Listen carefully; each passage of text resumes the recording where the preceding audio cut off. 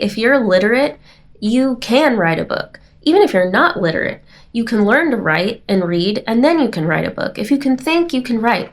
It's not, there's not limitations the way that there is for other things in life where, like, say, being a professional athlete, you don't, if you don't have a certain physical capacity, or you're not a certain size or a certain height, it's not something that you can realistically aspire to be like, oh, I'm going to be a professional ball player, because there's limitations that literally prevent you from doing that. But with reading and writing, if you can learn to read and write, and you have the freedom to do so, then you can write.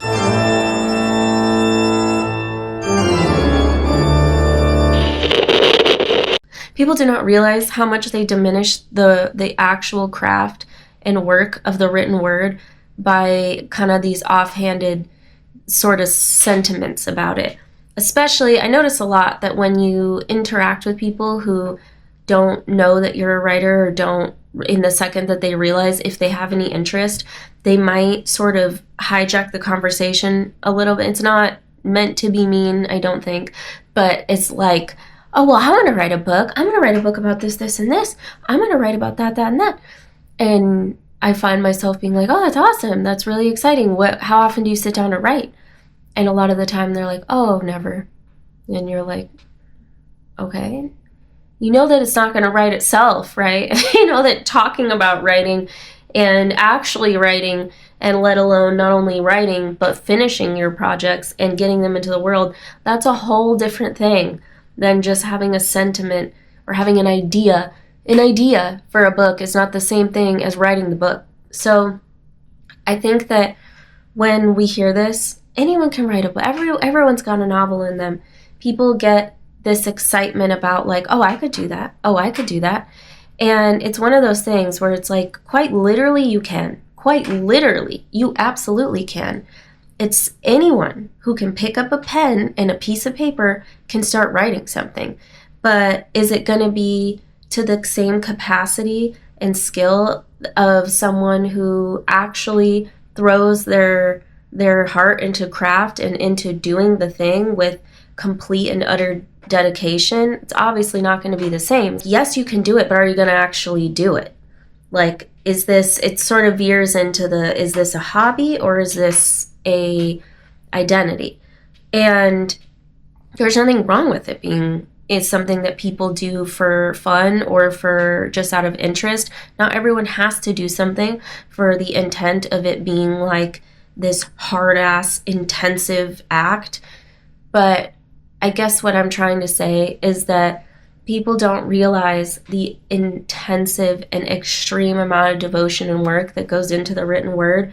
And when we think things like this casually, like, oh, anybody can do that, it's actually not true. Not anybody can pick up a pen and write something, but not everybody can craft something that changes the entirety of collective consciousness and culture and impacts the world in a way that is felt for generations and generations, and whose words we continue to read hundreds and hundreds and hundreds of years later, right? That is something that it's a different metric. This is something that we pour our heart into, and it's so much more than just, it can be so much more than just having a little idea. You know, we get a lot of excuses, right? Some are completely valid. We have real life barriers and obstacles in life that prevent us from being able to have the life we want and follow our dreams. And there's a lot of things that get in the way, and there's a lot of things that slow us down, but that doesn't mean that it cannot be done. And throughout history, people have proven over and over and over again that it can be done. And books have been written in war. Books have been written in little snippets of 10 minutes at a time on lunch breaks. During the late hours of the night, books have been written by the sea. Books have been written on boats. Books have been written in transit. Books have been written on phones, on paper, on typewriters, on walls. This is so possible. Truly, we are capable, and we have to believe that we are and know that we are. And in that extreme excitement and truth of the possibilities, we also need to acknowledge the power and devotion and extreme act of courage that it takes to face the outside world and to rebel against day-to-day mundanity and be like, you know what? I am going to find a way to create a story and make it real and make it tangible and get it down. It's not just going to live in here anymore. It's not going to be something I blurt out to people at parties or whatever it is that people think that, they're finally going to get around to doing it. And it's fine if it takes you a while to get there. But what I wonder when this happens, I want to ask people, and sometimes I do, in a way that's trying to encourage them, like, well, what's preventing you from doing this? Like, where you see yourself doing this, why haven't you started yet? Like, what's getting in the way? And sometimes people just wave it off like, oh, well, I'll get around to it, because, again, it loops back to the, oh, well, anybody can do it. It's not that big of a deal. And we tend to be a little, as a society, in some ways, dismissive of not only the arts, but also of thinking works, like thinking tasks, that it's like maybe not as glamorous, or if it's not entertainment, or it's not two big buff dudes fighting, or it's not whatever, people looking beautiful and being behind a camera. Sometimes we think that this sort of behind the scenes work that is like personal and internal and done in the shadows is kind of reduced. It's similar to any other type of work, in that if you do physical work, if you're an athlete, if you're in blue collar work, if your body gets really tired, right? You need physical rest. If you do very, very social work, you need a break from people. You need a minute where people aren't talking at you. You need a second of quiet. If you do very, very intensive, imaginative brain work, you need solitude. You need rest from having to be exposed to constant input of ideas and people and projections of thoughts and everything around you that is clouding up your head and your capacity to use your free thinking and your flow, your mental creative flow into the work you must do. And it's a different type of fatigue. It's a different type of exhaustion. It's not, I think people think it's easy just because it's like, oh, we're sitting down in front of a computer. How hard can that be? You're just, in bed, or you're just whatever it is. But anyone who's in the arts, in this type of arts, that is writing, or that is painting, or that is something that is just you and the work right in front of you, completely isolated, alone with your brain and your thoughts and trying to make it come to life, it's a different type of energy it requires a lot of you. And you have to have a lot of strength to not let the world interrupt you, not only interrupt you quite literally in the act of making and in the act of writing, but interrupt your ability and your passion to continue it until it's done, and to let it be born. And not just in the act of creation, but in the act of becoming the person who can deliver this into the world.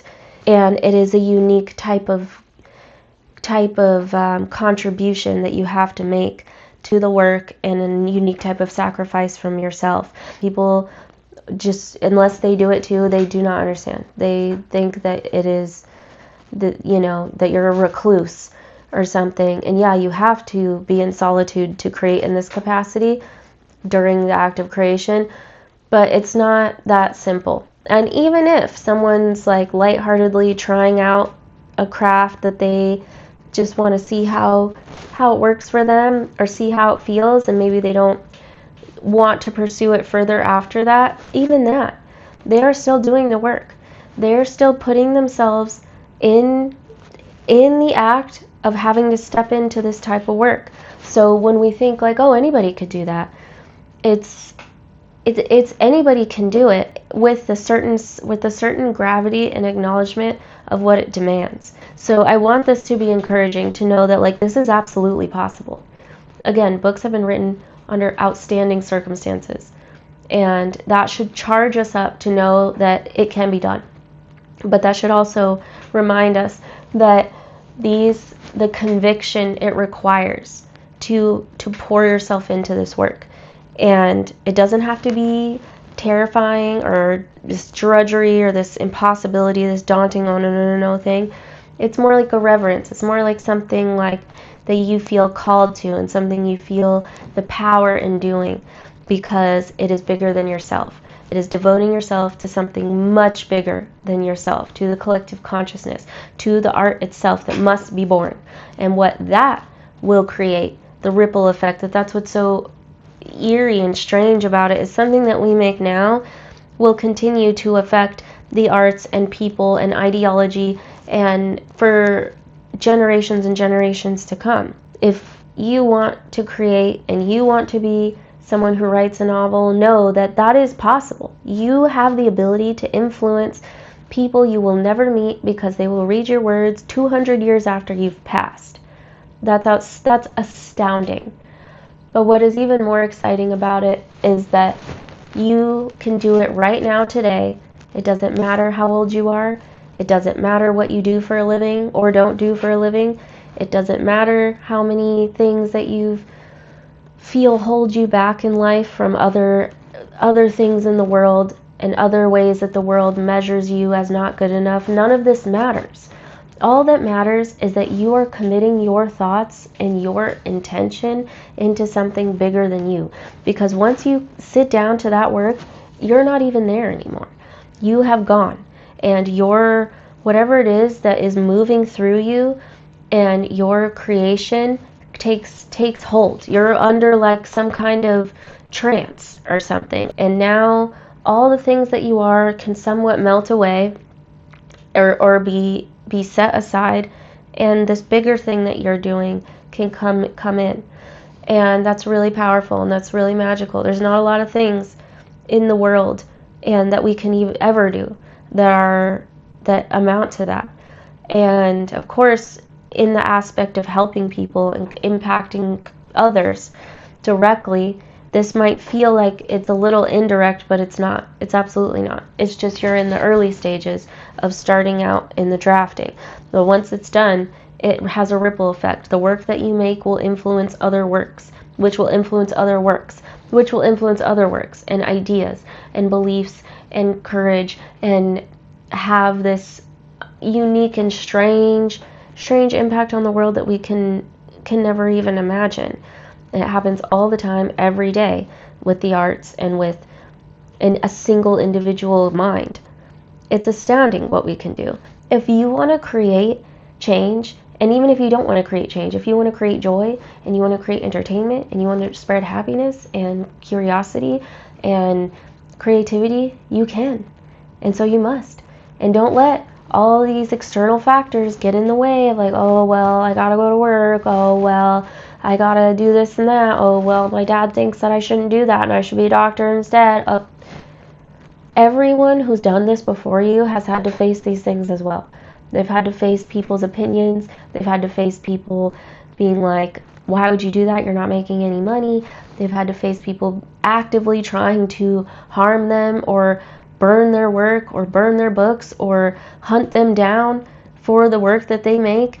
But everyone who's taken on this important and this incredible devotion understands this, that you are contributing a quiet resistance to being like, no, I'm going to get this. I'm going to do this. I'm going to get this done. And just know that that's all you need to know. Please don't think that you have to just talk about it. You can do it. Pick up a pen. Start writing. You don't need perfect circumstances. All the books that have been published before weren't all written on laptops. They weren't all written on typewriters. They weren't all written in a cozy little desk with perfect organized drawers. And people have made it happen. And you can too.